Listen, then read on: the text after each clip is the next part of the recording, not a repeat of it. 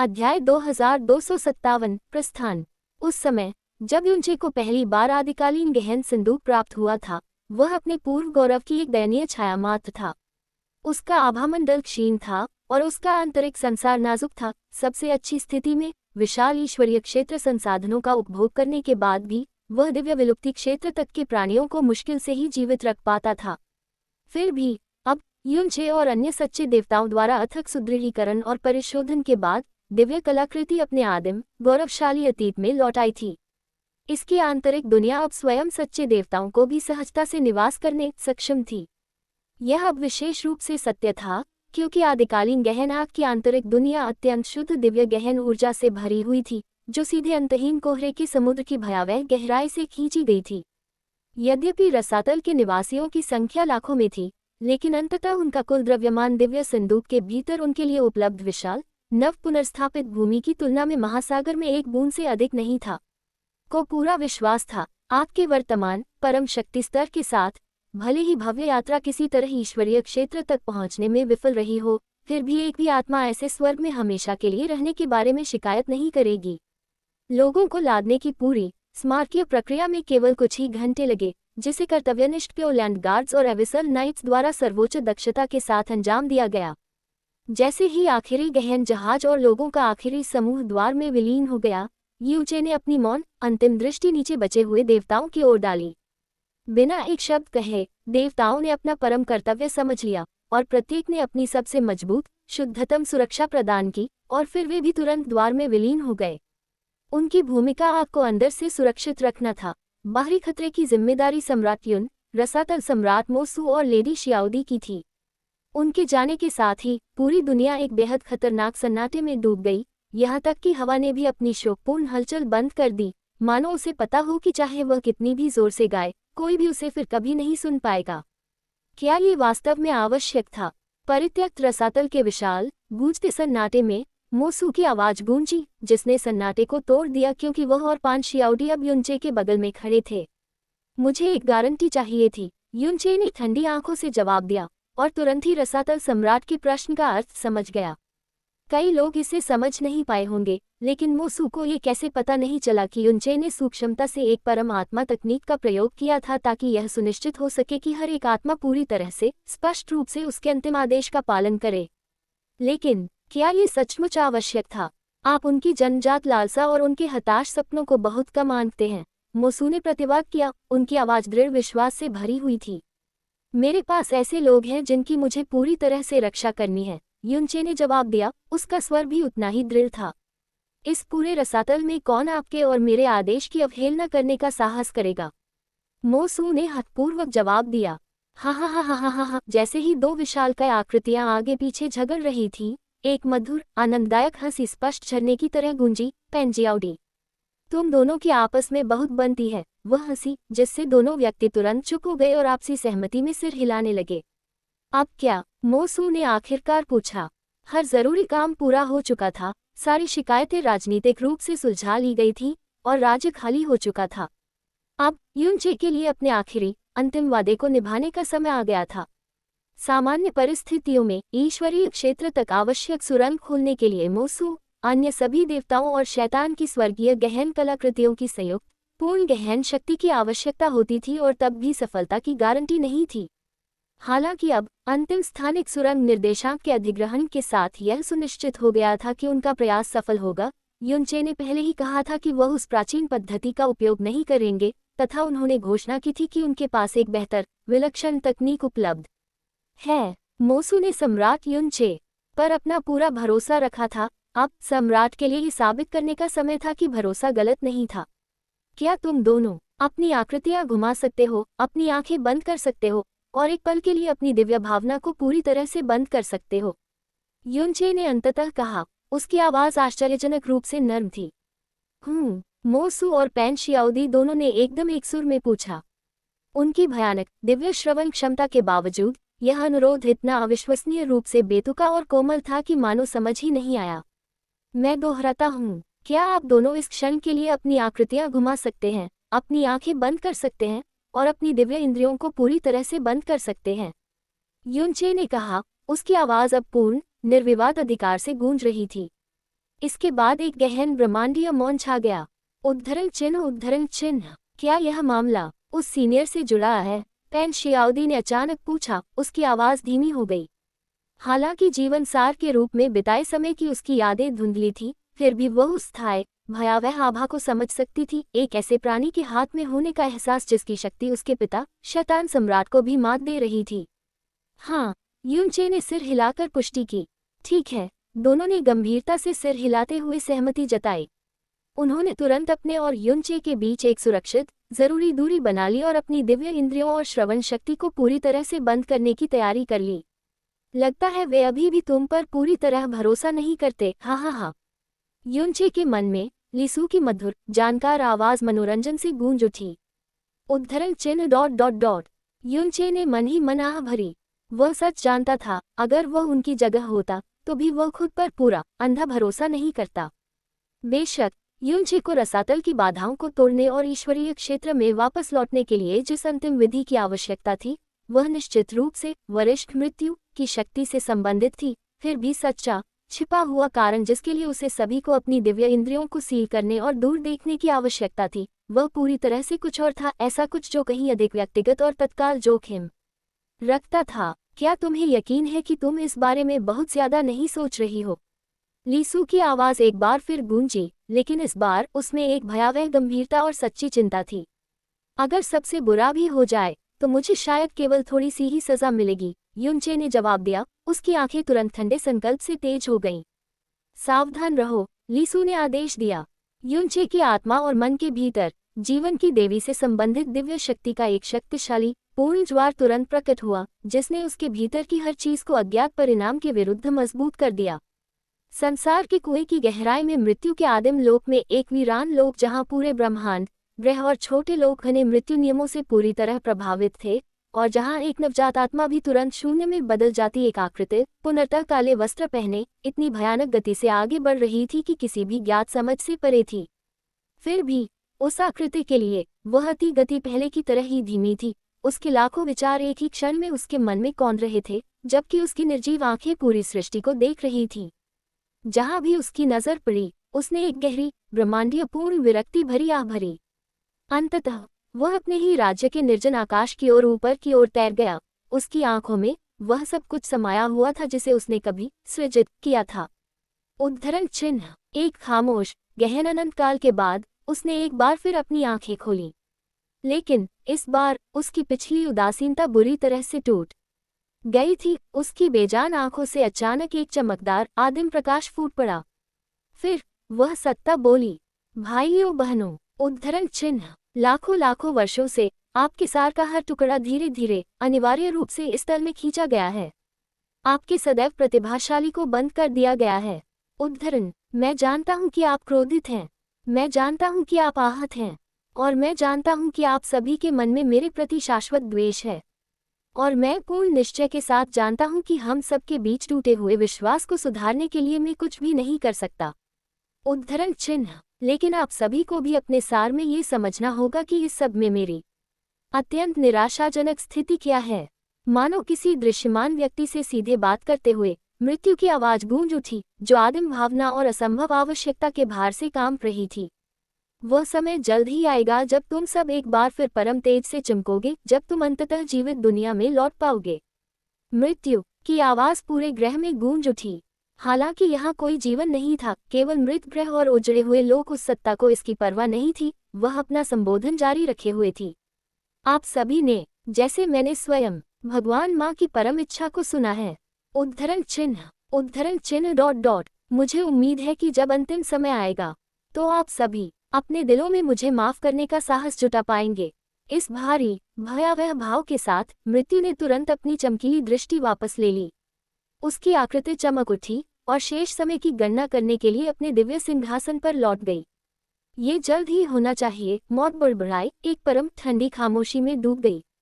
भयानक योजना शुरू करने के लिए आवश्यक आह्वान की प्रतीक्षा कर रही थी।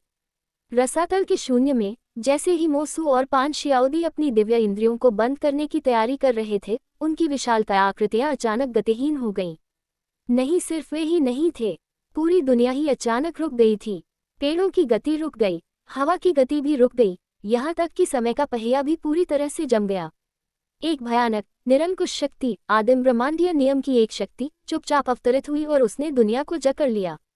हर प्राणी स्तब्ध था, इस रुकावट का कारण समझ नहीं पा रहा था, सिवाय एक व्यक्ति के, सम्राट युनचे। उद्धरण चिन्ह उद्धरण चिन्ह। युनचे ने एक गहरी स्थिर सांस ली। उसकी निगाह अंतहीन कोहरे के समुद्र की भयावह दिशा पर टिकी हुई थी। रंबली, मानो उसका स्वागत करते हुए समुद्र के ऊपर विशाल आकाश जोर जोर से मंथन करने लगा, मानो आकाश धूल में मिल जाने की धमकी दे रहा हो। घने गहरे अथाह धूल से घिरे तूफानी बादल मानो किसी सचेत इच्छा शक्ति के आदेश से घूम रहे हों, और समुद्र की आदिम गहराइयों से कानफोड़ू बिजली और गड़गड़ाहट गूंज रही हो। अपनी दिव्य भावना से प्रलयकारी प्रतिक्रिया को देखकर युनचे ने अपने आप से अंतिम शांति बना ली। खाली आकाश में दृढ़ता से खड़े होकर उन्होंने एक छोटा गहरा स्वर निकाला और अत्यंत गहन सम्मान के स्वर में उन्होंने भयावह आवश्यक आह्वान शुरू किया। हे महान एवं शक्तिशाली वरिष्ठ मृत्यु, वह जो अपने नंगे हाथों से स्वर्ग को पकड़ लेता है और सहजता से दिव्य नियमों को एक कर देता है, उसकी शक्ति सदैव अद्वितीय रहे, उसका पूर्ण प्रभुत्व अनंत हो, उसका सर्वोच्च शासन अनगिनत युगों तक मजबूत रहे और उसकी गौरवशाली स्मृति सदा सदा के लिए बनी रहे।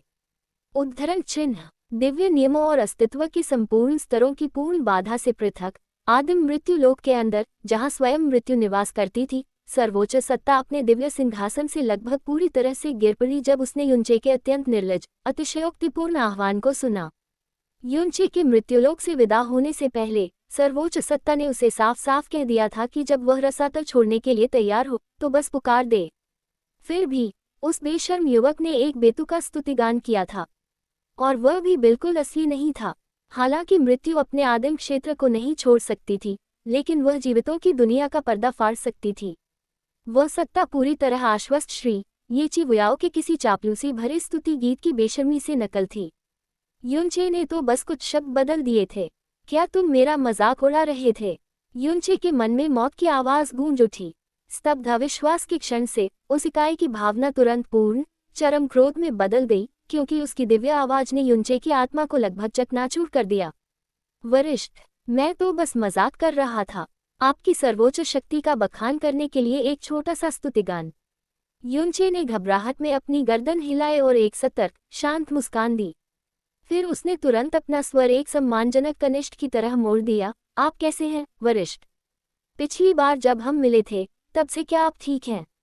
उद्धरण चिन्ह दिया डॉट। युनचे के बेशर्म अचानक विषय परिवर्तन से पूरी तरह चकित मौत ने वास्तव में एक महत्वपूर्ण क्षण के लिए अपने क्रोध का धागा खो। क्या तुम जाने के लिए तैयार हो? उस प्राणी की आवाज आखिरकार एक बार फिर युनचे के मन में गूंज उठी। हाँ सीनियर, युनचे ने अपनी आवाज दृढ़ता लाते हुए उत्तर दिया। ठीक है तो, मृत्यु ने उत्तर दिया, अंतरिक्ष यात्रा के ब्रह्मांडीय कार्य को शुरू करने की तैयारी करते हुए। रुको सीनियर, क्या तुम इस जूनियर को एक बहुत ही जरूरी सवाल का जवाब देने में मदद कर सकते हो? जैसे ही मृत्यु की आदिशक्ति अपना काम शुरू करने वाली थी, युनचे ने अचानक बीच में टोक दिया। ब्रह्मांडीय दूरी के बावजूद उसकी आवाज में अब एक गहरी घबराहट थी जिसे नकारा नहीं जा सकता था। क्या है? मृत्यु की आवाज गूंजी, तनावपूर्ण अधीर जिज्ञासा से भरी हुई। नचे ने एक गहरी स्थिर सांस ली, आखिरकार अपने भागते मन को शांत किया, और फिर उसने वो सवाल पूछा जो बहुत देर से उसकी आत्मा को परेशान कर रहा था।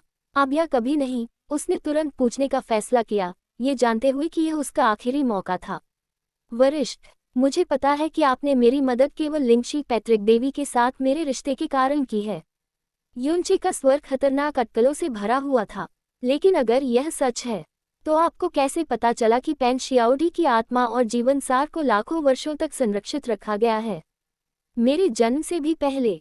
उद्धरण चिन्ह उद्धरण चिन्ह। मृत्यु पूरी तरह से बिल्कुल स्तब्ध थी। वह सत्ता सभी प्राणियों के विचारों को समझ सकती थी और कई लोगों का भाग्य देख सकती थी। फिर भी ये प्रश्न एक पूर्ण विनाशकारी आश्चर्य था। युनचे की जांच ने अंतिम सीमा पार कर ली थी। यह उसकी प्रभु माँ की अलिखित आदिम इच्छा को छू गई थी। क्या आप इस जूनियर को यह समझने में मदद कर सकते हैं सीनियर? युनचे ने एक बार फिर पूछा। जैसे जैसे वह ऊंचा चढ़ता गया, यह एक ही प्रश्न उसके पूरे अस्तित्व का मूल ज्वलंत रहस्य बन गया। अपने सभी पिछले जन्मों का योग करने पर भी युनचे 100 साल से ज्यादा नहीं जी पाया था। फिर भी मृत्यु ने लाखों सालों तक पान शियाओदी की आत्मा को सुरक्षित रखा था ताकि वह युनचे के दुश्मन, जो बमुश्किल जिंदा था, रसातल सम्राट के साथ संघर्ष सुलझा सके। शेनशी के शरीर और आत्मा की सुरक्षा, निस्वार्थ शिक्षाएं, ये सब इतना बड़ा था कि इसे नजरअंदाज नहीं किया जा सकता था। उद्धरण चिन्ह ... अपने दिव्य सिंहासन पर बैठी हुई मृत्यु अनंत काल तक मौन रही। जैसे ही युनचे ने मान लिया कि उसे कोई उत्तर नहीं मिलेगा, मृत्यु की आवाज अंततः गूंज उठी। चाहे मैं तुम्हें अभी सच बताऊं या नहीं, देर सवेर तुम स्वयं ही इसे पालोगे, मृत्यु ने कहा। सच? जवाब सुनकर युनचे का दिमाग बुरी तरह हिल गया। वरिष्ठ, आपका क्या मतलब है? उलझन में युनचे ने पूछा। मैंने तुम्हें एक बार चाबी दी थी, है ना? मौत की आवाज गूंजी। भाग्य को चुनौती दी जा सकती है, लेकिन नियति का पालन करना होगा। उद्धरण चिन्ह वरिष्ठ, मैं वास्तव में आपका आशय नहीं समझ पा रहा हूँ। युनचे ने स्वीकार किया, उसका मन उस रहस्यमय कानून को समझने के लिए बेचैन था। लेकिन यदि तुम्हें सत्य की खोज करनी है। जैसे ही युनचे प्रश्नों भरा, मृत्यु की आवाज एक बार फिर गूंजी। एक शरारती लड़का है जिसके पास एक बहुत ही दिलचस्प किताब है। उसका नाम क्या था? हाँ, लियू शियाओ, वह शरारती लड़का। अगर तुम पूरी सच्चाई जानना चाहते हो तो तुम्हें उसे ढूंढना चाहिए। उद्धरण चिन्ह, ये सबसे अधिक है जो मैं आपको बता सकता हूँ। समय की 10 सांसों में मैं आपके लिए दुनिया की बाधाओं को तोड़ दूंगा। अलविदा युनचे। मौत की आवाज गूंजी, जिसने बातचीत को हमेशा के लिए समाप्त कर दिया। रुको सीनियर। फिर भी जैसे ही युनचे का आखिरी हताश शब्द गूंजा, मृत्यु की शक्ति तुरंत वापस ले ली गई और विश्व का ब्रह्मांडीय काल चक्र जोरदार तरीके से फिर से घूमने लगा। मोसू की आवाज, जो सवाल के बीच में ही रुक गई थी, ने तुरंत अपना विचार पूरा कर दिया। उद्धरण चिन्ह ... आपको कब तक हमारी दिव्य इंद्रियों को बंद रखने की आवश्यकता होगी? मोसू का प्रश्न पूरी तरह से गूंज उठा, लेकिन इससे पहले कि एबिसल सम्राट पूछताछ पूरी कर पाता, युनचे ने उसे बीच में ही रोक दिया। उसकी आंखें सर्वोच्च शक्ति से चमक रही थीं। कोई जरूरत नहीं, युनचे ने कहा। प्रश्नवाचक चिन्ह प्रश्नवाचक चिन्ह प्रश्नवाचक चिन्ह प्रश्नवाचक चिन्ह। मोसू और पान शियाओडी इस अचानक उत्तर से पूरी तरह अचंभित और भ्रमित हो गए। तो क्या अब आप उस सीनियर से अनुबंध करेंगे? पैन शियाओडी ने पूछा। उसकी आवाज हसास से धीमी हो गई। वह यही था, युनचे ने साफ साफ जवाब दिया। बीते पलों का बोझ उतर गया। लगभग 10 सांसों में इस दुनिया को छोड़ने के लिए पूरी तरह तैयार हो जाओ। युनचे के आदेश ने दोनों का संयम तुरंत भंग कर दिया और इससे पहले कि दोनों कुछ कह पाते, रंबली बूमम, दुनिया ने उनमें से किसी को भी अपने सदमे से उबरने का अंतिम क्षण भी नहीं दिया। पूरा रसातल जोर जोर से गड़गड़ा उठा, जैसे धूसर बादल और काला आसमान कांच की तरह टूटने लगे। अनंत कोहरे के सागर की गहराई से एक भयावह विस्फोट परम शक्ति तुरंत फूट पड़ा, जिसकी प्रचंड तरंग ने अपने विशाल दायरे में सब कुछ तहस नहस कर दिया। बूमम ममम, विस्मयादिबोधक चिन्ह विस्मयादिबोधक चिन्ह विस्मयादिबोधक चिन्ह विस्मयादिबोधक चिन्ह विस्मयादिबोधक चिन्ह विस्मयादिबोधक चिन्ह विस्मयादिबोधक चिन्ह विस्मयादिबोधक चिन्ह विस्मयादिबोधक चिन्ह विस्मयादिबोधक चिन्ह। बूमम। रसातल के अस्थिर कालचक्र के कारण रसातल में होने वाले विस्फोट असामान्य नहीं थे, फिर भी इस आदिम प्रकोप के सामने वे केवल फुसफुसाहटें थीं। इस एकल परम विस्फोट की शक्ति पहले से ही किसी प्राचीन सच्चे देवता के पूर्ण शक्तिशाली आक्रमण के बराबर थी और उसकी भयावह शक्ति अभी भी बढ़ रही थी। प्रत्येक विस्फोट के साथ विनाशकारी शक्ति तेजी से बढ़ती गई तथा अपने मार्ग में आने वाली हर चीज को नष्ट कर दिया। जब तक विनाशकारी आघात तरंग युनचे और उस जोड़े तक पहुंचने लगी, तब तक वह बल भयावहता से भी परे था। ये पुनर्तः ब्रह्मांडीय विनाश था। जैसे ही उन्होंने आतंक के पहले गहरे झटके महसूस किए, उनके ऊपर अंतिम बचाव मार्ग खुल गया। क्रैक बूमम। शुद्ध भूमि के ऊपर गहरे धूसर बिखरे आकाश से एक विशाल आदिम स्थानिक सुरंग हिंसक रूप से फट गई। सारी अंतिम हिचकिचाहट त्याग कर युनचे, मोसू और पान शियाओदी ने इस अवसर का लाभ उठाया और प्रकाश की 3 धुंधली किरणें बनकर तुरंत आकाश की ओर दौड़ पड़े और स्थानिक भावर के अज्ञात रसातल में डूब गए। दिव्य सिंहासन पर मृत्यु ने अंतिम बार चरमोत्कर्ष दृश्य को देखा। उसके अंतिम विचार उसके मन में कौंधे, इससे पहले कि उसकी आंखें हमेशा के लिए बंद हो जाएं। ओ ममम। जैसे ही मृत्यु ने जानबूझकर अपने जीवन को छोड़ दिया, उसका विशालकाय शरीर एक काले आदिम धुंध में बिखर गया जो उसके क्षेत्र के विशाल अनंत विमानों में सभी दिशाओं में विस्फोट कर गया। Crack crack वूमममममममममम। विशाल मृत्युलोक में अनगिनत मरते हुए लोग, बंजर भूमि और मृत ग्रह जोर से हिल गए और तुरंत फट गए, जिससे उनका पूरा सार वर्णक्रमीय चमकदार प्रकाश की धाराओं में बदल गया। बस एक पल में वे सभी मृत्युलोक छोड़कर चले गए और पुनर्जन्म की आदिम नदी के अलावा कुछ भी पीछे नहीं छोड़ा। जैसे ही स्पेक्ट्रल प्रकाश का अंतिम निशान विदा हुआ, एक पूर्ण अनंत अंधकार ने पूरे विमान को घेर लिया, जैसा कि पहले था और हमेशा रहना चाहिए। मृत्यु की अंतिम मंद आवाज एक बार विशाल शून्य में गूंजी, हे प्रभु मां, आपको अपना वचन निभाना होगा। उत्तरी दिव्य क्षेत्र के आत्मा चोरी क्षेत्र में हर चेहरे पर एक गहरी उदासी और निराशा छाई हुई थी, क्योंकि उनकी अंतिम अपरिहार्य मृत्यु की समय सीमा निकट आ रही थी। मुख्य भव्य महलों में से एक के भीतर एक युवती मौन बैठी थी। उसकी निगाहें अंधेरे से भरे आकाश पर टिकी थी और वह ऊपर कुछ बादलों को देख रही थी। उसके विचार आसपास के उजाड़पन में पूरी तरह खो गए थे। उसके अनजाने में और अंधेरी रात की गहनतम छाया में अदृश्य उसकी गहन आत्मा अचानक कांप उठी, हिंसक रूप से हिलने लगी, मानो कोई शक्तिशाली प्राचीन शक्ति उसके अस्तित्व के भीतर अचानक जागृत हो गई हो। अध्याय 2258 निराशा में आशा भाग 1। अपनी बिखरी हुई आत्मा के शून्य से कुलदेवी ने समस्त सृष्टि का बीज धारण किया। जब उनकी सांस बिखरी तो असंख्य लोग जाग उठे, देवता रो पड़े, शैतान दहाड़े और संतुलन बिगड़ गया। उद्धरण चिन्ह। आदिकालीन गहन संदूक की विशाल दुनिया के भीतर सम्राट युनचे का गहन मूड उनके अस्तित्व का एक आध्यात्मिक विस्तार गहन चिंतन में बैठा था और लियू शियाओ से प्राप्त रहस्यमय पुस्तक की विषय वस्तु को आत्मसात करते हुए बुदबुदा रहा था। जब उनका मुख्य शरीर मोसू और पान शियाओदी के साथ अंतरिक्ष सुरंग के माध्यम से खतरनाक यात्रा जारी रखे हुए था, तब उनका गहन गूढ़ संदूक के अंदर प्रकट हो गया, जिससे वृद्ध व्यक्ति लियू शियाओ चौंककर पुस्तक मांगने लगा। स्वाभाविक रूप से लियू शियाओ के पास पुस्तक को छिपाने का कोई कारण नहीं था। यदि उनकी निजी अटकलें सही थीं, तो इस रहस्यमय पुस्तक में युनचे के अपने भाग्य का विनाशकारी लिखित सत्य निहित था। इस प्रकार आदिकालीन गहन संदूक की शांत पवित्रता के अंदर सम्राट के गहन हैंडल ने नवनिर्मित दुनिया के सबसे एकांत कोने को पाया और निर्दयतापूर्वक इसकी ब्रह्मांडीय सामग्री को निगलना शुरू कर दिया। देवताओं और शैतानों के बीच की संध्या में आकाश रक्त से रंगा होगा।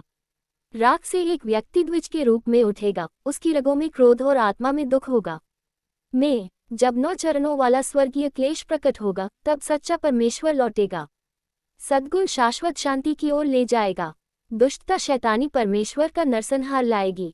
ये भविष्यवाणी। युनचे के मन ने इन शब्दों को जोर से पकड़ लिया।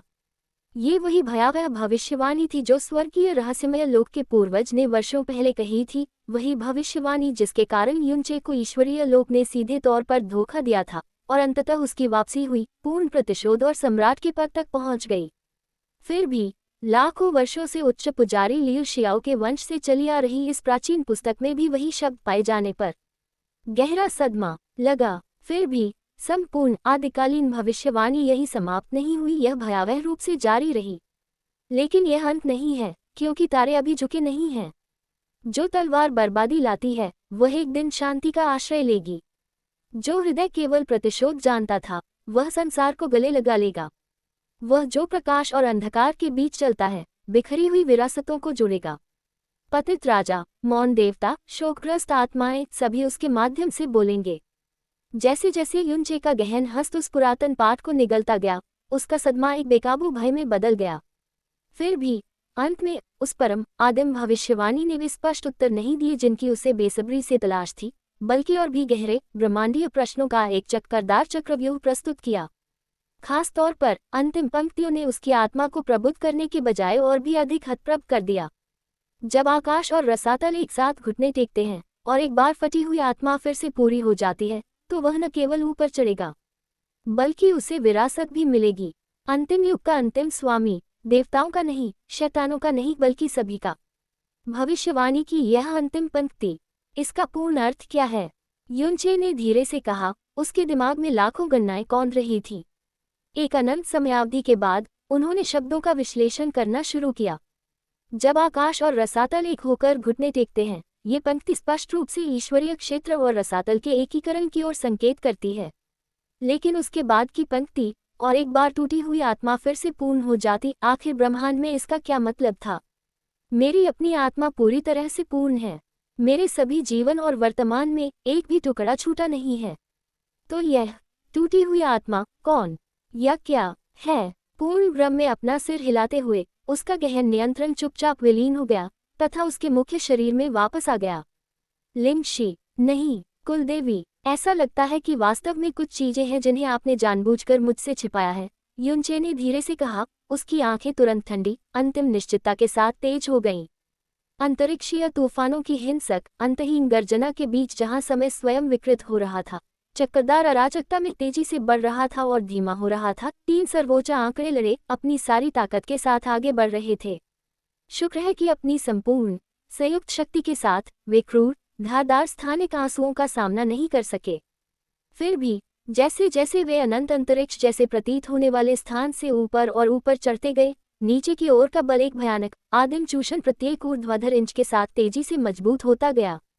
बूम, एक एकीकृत गूंजती हुई गर्जना के साथ तीनों आकृतियों ने निर्दयतापूर्वक अपनी भयानक साधना को उसकी चरम सीमा तक धकेल दिया तथा अपनी असीम शक्ति को ऊपर की ओर चढ़ने के लिए प्रेरित किया। सम्राट युन, क्या आपको पूरा यकीन है कि यही सही रास्ता है? मोसू दहाड़ा और नीचे की ओर बढ़ती हुई शक्ति भयावह होती जा रही थी। उन्हें ऊपर की ओर जाना था, लेकिन अगर यह शक्ति और बढ़ गई तो उनकी परम शिखर प्राचीन सच्चे देव साधना भी विफल हो जाएगी। वरिष्ठ पर भरोसा रखो। यदि तुम इसे कायम नहीं रख सकते तो बस आदिकालीन गहन संदूक में प्रवेश करो। युनचे ने गरजकर जवाब दिया। उसकी आवाज चुनौती से भरी हुई थी। उद्धरण चिन्ह ... छोड़ो भी। मोसू ने पूरी चुनौती के साथ दहाड़ते हुए बेरहमी से अपनी ताकत को पूरी सीमा तक पहुंचाया। ये देखकर कि पान शियाओदी ने कोई शिकायत नहीं की, उसका प्रतिस्पर्धी अभिमान भड़क उठा। ये तुच्छ शक्ति, ये कुछ भी नहीं है, मोसू चिल्लाया, जैसे ही विशालकाय तिकड़ी ने अपनी चढ़ाई को और अधिक ऊंचा करना जारी रखा। पूर्ण सत्य यह था कि आदिकालीन गहन संदूक अब युनचे की आत्मा में समाहित हो चुका था, इसलिए जब तक सम्राट स्वयं नष्ट न हो जाए तब तक वह मूलतः किसी भी प्रकार की क्षति के प्रति अभेद्य था। राज्य की सीमाओं को पार करते समय संदूक को बाहरी आक्रमणों से बचाने का पूरा विचार विशुद्ध रूप से एक राजनीतिक झूठ था, एकीकरण की एक शानदार बकवास। अपने जिद्दी और अपार अभिमान से प्रेरित होकर मोसू ने जोरदार तरीके से ऊपर की ओर बढ़ने का फैसला किया। उसे लगा कि रसातल के सम्राट और पूर्व स्वर्गीय दंड देने वाले युवराज दोनों के रूप में सम्राट की मंशा की परवाह किए बिना युनचे की अत्यधिक सहायता से उसके अधिकार और गौरव को कुचला जा रहा है। आदिकालीन गहन संदूक में शर्मनाक तरीके से पीछे हटने के बजाय मोसू ने अपने गौरव को चुना। स्वाभाविक रूप से पान शियाओदी, जो अभी अभी अपने पति से मिली थी, उसे इस भयानक चढ़ाई का अकेले सामना करने की अनुमति कभी नहीं देगी और इसलिए उसने उसके साथ मिलकर लड़ाई लड़ी। युनचे जैसे जैसे अपनी आंखों को ऊपर की ओर बढ़ाता गया, वह नाटकीयता देखकर बस आंखें घुमा ही सकता था। लेकिन खंडित अंतरिक्ष में उसकी यात्रा पूरी तरह से अनंत लग रही थी और प्रतिकारक शक्ति लगातार प्रबल होती जा रही थी। यहाँ तक कि जब युनचे स्वयं अपनी संपूर्ण शक्ति के साथ निर्दयतापूर्वक विस्फोट कर रहा था, तब भी उसे एक निर्विवाद कुचलने वाला बोझ महसूस हो रहा था, एक ऐसा दबाव जो उस जोड़ी के लिए पूरी तरह से असंभव था, जो उससे काफी कमजोर थी। अचानक युनचे की भौहें जोर से उठी, क्योंकि उसने महसूस किया कि कुछ भयानक, कुछ आदिम नीचे की गहराई से ऊपर की ओर बढ़ रहा है। जैसे ही वह मुड़ा, मोसू और पान शियाओदी ने भी उसे देखा। चमकदार, अनगिनत प्रकाश धाराएं आगे की ओर और उनके पास से गुजर रही थीं। नीचे की ओर से आने वाले जोरदार बल का भी इन रोशनियों पर कोई असर नहीं हुआ, क्योंकि वे ऊपर की ओर बढ़ रही थी। कानून, प्राचीन स्वर्गीय दिव्य कानून। तीनों ने ये तमाशा देखते हुए स्तब्ध, एकजुट विस्मय में बुदबुदाया।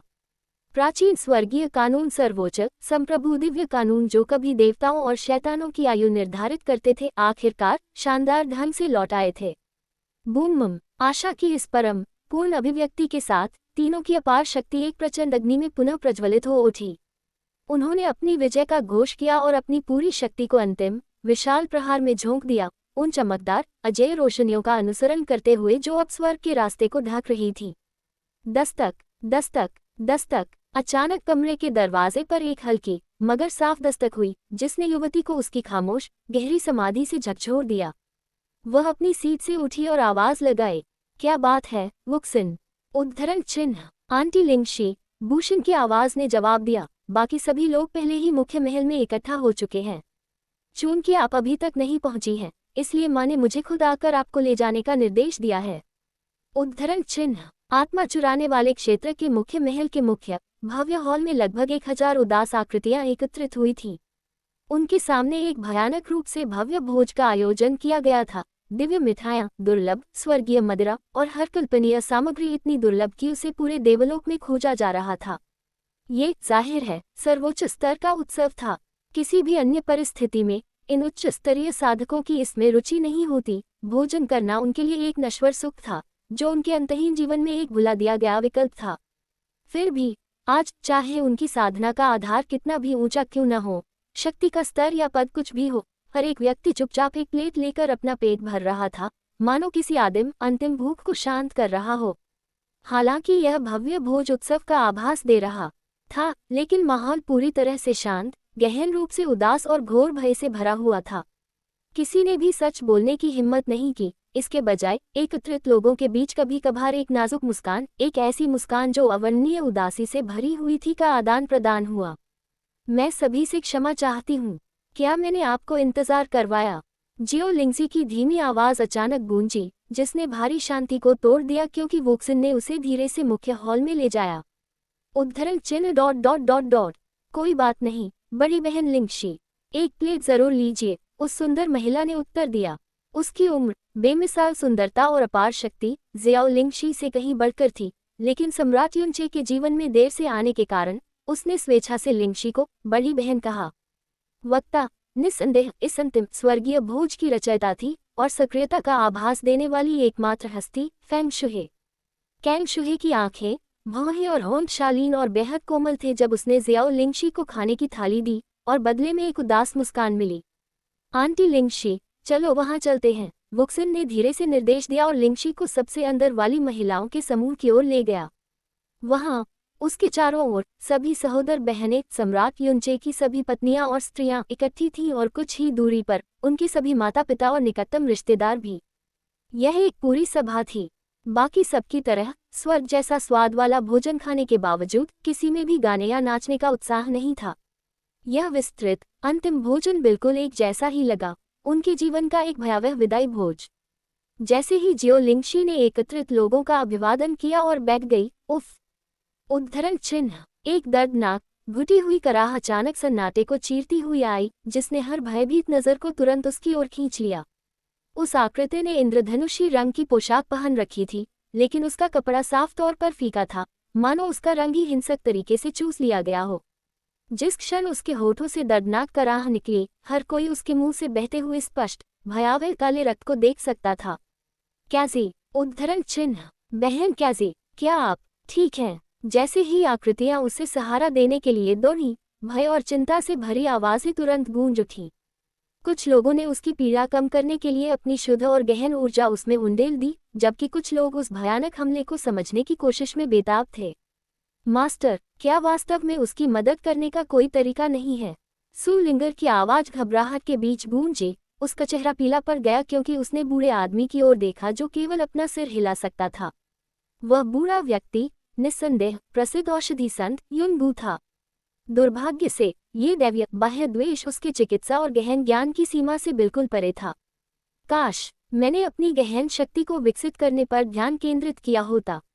शायद मैं अब कुछ काम आ सकता, युनगू ने बुदबुदाया, उसकी मुट्ठी पूरी तरह से व्यर्थ पछतावे से भीगी हुई थी। वर्षों पहले युनचे ने उसे एक दिव्य औषधि प्रदान की थी जिसने उसकी गहन शक्ति को शून्य से दिव्य मूल क्षेत्र तक तुरंत बढ़ा दिया था। फिर भी युद्ध में कोई रुचि न होने के कारण युनगू ने केवल अपनी बढ़ी हुई गहन शक्ति का उपयोग अधिक लोगों के उपचार के लिए करने पर ध्यान केंद्रित किया था। इस एक विचार ने ठीक होने का उसके पूरे अस्तित्व को नियंत्रित कर रखा था। लेकिन अब इस दिव्य संकट के क्षण में वह पूरी तरह से और पीड़ादायक रूप से बेकार महसूस कर रहा था। पहली बार उसे अपनी गहरी महत्वाकांक्षा की कमी का गहरा अफसोस हुआ। लेकिन उसकी उम्र और बचे हुए कम समय को देखते हुए यह एक निरर्थक अफसोस था। वह केवल अपना सिर हिला सकता था, उसके हाथ नपुंसक हो गए थे। यदि मास्टर की गहन शक्ति और अधिक होती तो वे लेडी कैजी का सहजता से इलाज कर देते। उद्धरण चिन्ह। इकट्ठी भीड़ में से एक सुंदर अधेड़ उम्र के आदमी ने अचानक पूरे विश्वास के साथ पुकारा। उसके शब्द बेहद सच्चे थे। अपने गुरु के साथ कई वर्षों तक सेवा करने के कारण युनगू की औषधीय क्षमता में उसका विश्वास पूर्ण और अटूट था। ईश्वरीय क्षेत्र के समय के रैखिक प्रवाह में लगभग 4 साल पहले सम्राट युनचे के रसातल में चले जाने के कुछ ही महीनों बाद उनके भाग्य का कोई अता पता नहीं ईश्वरीय क्षेत्र पर एक आदिकालीन विपत्ति हिंसक रूप से उतर आई। आदिकालीन अराजकता की आदरणीय दीवार को बाहर से बेरहमी से फाड़ दिया गया और स्त्री के साथ शैतानी देवताओं की एक लहर क्षेत्र में उतर आई। असुर देवताओं की अंतर्निहित शक्ति के साथ उनकी वास्तविक शक्ति का 100वां भाग भी पूरे देवलोक के प्रत्येक जीव को एक ही सांस में नष्ट करने के लिए पर्याप्त होता। और ये तो केवल एक प्राणी के लिए है, सो के आसपास तो बिल्कुल नहीं। फिर भी इन प्राणियों ने स्पष्ट रूप से खुद को रोक लिया तथा अपनी भयावह ईश्वरीय शक्ति को केवल आधे चरण के दिव्य विलुप्ति क्षेत्र तक सीमित कर लिया, वह सटीक अधिकतम सीमा जिसे कमजोर स्वर्गीय कानून अस्तित्व के ढांचे को नष्ट किए बिना सहन कर सकते थे। फिर भी एक ऐसी दुनिया में जहां अर्धचरणीय दिव्य विलुप्ति क्षेत्र की शक्ति बहुत पहले ही लुप्त हो चुकी थी, असली पद का कोई महत्व नहीं था। चाहे वे अर्धचरणीय विलुप्ति क्षेत्र तक सीमित रहे हों या अपनी संपूर्ण प्राचीन सच्ची शैतानी देव क्षेत्र शक्ति तक, अंतिम परिणाम एक ही था। देव क्षेत्र की समस्त जनता अपनी गहन शक्ति का हर अंश जुटा ले, फिर भी वे कभी भी विरोध नहीं कर सकते थे। और इस गणना में उसके अस्तित्व को भी शामिल नहीं किया गया था, एक ऐसी शख्सियत जिसकी पहचान उसे जानने वाले हर एक व्यक्ति के ज्ञान और समझ से पूरी तरह से परे थी। वह जिसे हिंसक तरीके से आदिकालीन अराजकता से बाहर धकेल कर उसकी मृत्यु कर दी गई थी, वापस लौट आई थी तथा अब वह शैतान देवताओं के साथ मिलकर संसार को क्रूर यातनाएं दे रही थी। हालांकि उसके सबसे करीबी लोगों ने उसके भयानक रूप को तुरंत पहचान लिया था, लेकिन अपने दिल की गहराइयों में वे सभी एक विनाशकारी सच्चाई जानते थे। यह अब वह नहीं थी जिसे वे पहले जानते थे। जिस दयालु चंचल निर्दयी तारा देवता को वे जानते थे, वह अब नहीं रहा। उसकी जगह एक शुद्ध निर्मम द्वेषी प्राणी ने ले ली थी, एक ऐसा आतंक जो कैसी के साथ घटी उस दर्दनाक घटना से साफ तौर पर साबित हो गया था। एकाग्र ध्यान के एक भयावह छोटी सी घंटे के बाद, जिसमें उसके सभी साथियों की गहन ऊर्जाएं उसकी आंतरिक चोटों को निर्दयतापूर्वक दबा रही थी, कैची ने अंततः स्वतंत्र रूप से सांस लेने की क्षमता हासिल कर ली। चांदनी, यूहू, तुम लेडी कैची को तुरंत उसके विश्राम महल में वापस ले जाओगे। चिवुयाओ की आज्ञाकारी आवाज गूंजी, जो उसकी 2 चुड़ैलों को संकेत दे रही थी। हाँ, शैतान महारानी, दोनों चुड़ैलों ने तुरंत जवाब दिया, लेकिन उनके हिलने से पहले ही कैसी ने कमजोरी से अपना हाथ ऊपर उठा दिया। ये बिल्कुल ठीक है बड़ी बहन महारानी, मैं चाहती हूँ कि मैं अपना आखिरी बचा हुआ समय सबके साथ बिताऊं, उसने फुसफुसाते हुए कहा और चिवुयाओ के सुरक्षात्मक सुझाव को चुपचाप अस्वीकार कर दिया। उद्धरण चिन्ह उद्धरण ... बहुत अच्छा, चिवुयाओ ने स्वीकार किया। उसकी आंखें कैसी के शब्दों के पीछे छिपे गहरे अर्थ को समझ रही थी। उसने अब इस मामले पर जोर नहीं दिया।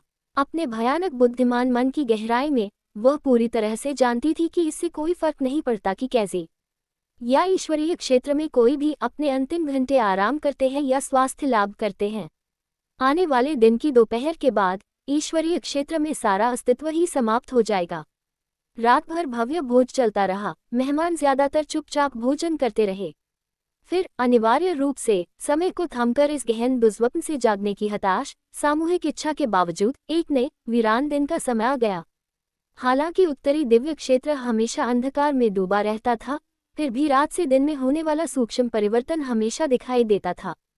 फिर भी आज, जब सूरज ऊंचे आकाश में चढ़ने के लिए संघर्ष कर रहा था, सब कुछ पहले जैसा ही गहरा अंधकार में था या उससे भी ज्यादा अंधकार में। विशाल ईश्वरीय क्षेत्र के हर कोने में ये स्पष्ट उदासी और घुटन भरी निराशा छा गई, जो मानो आकाश को ही धुंधला कर रही थी।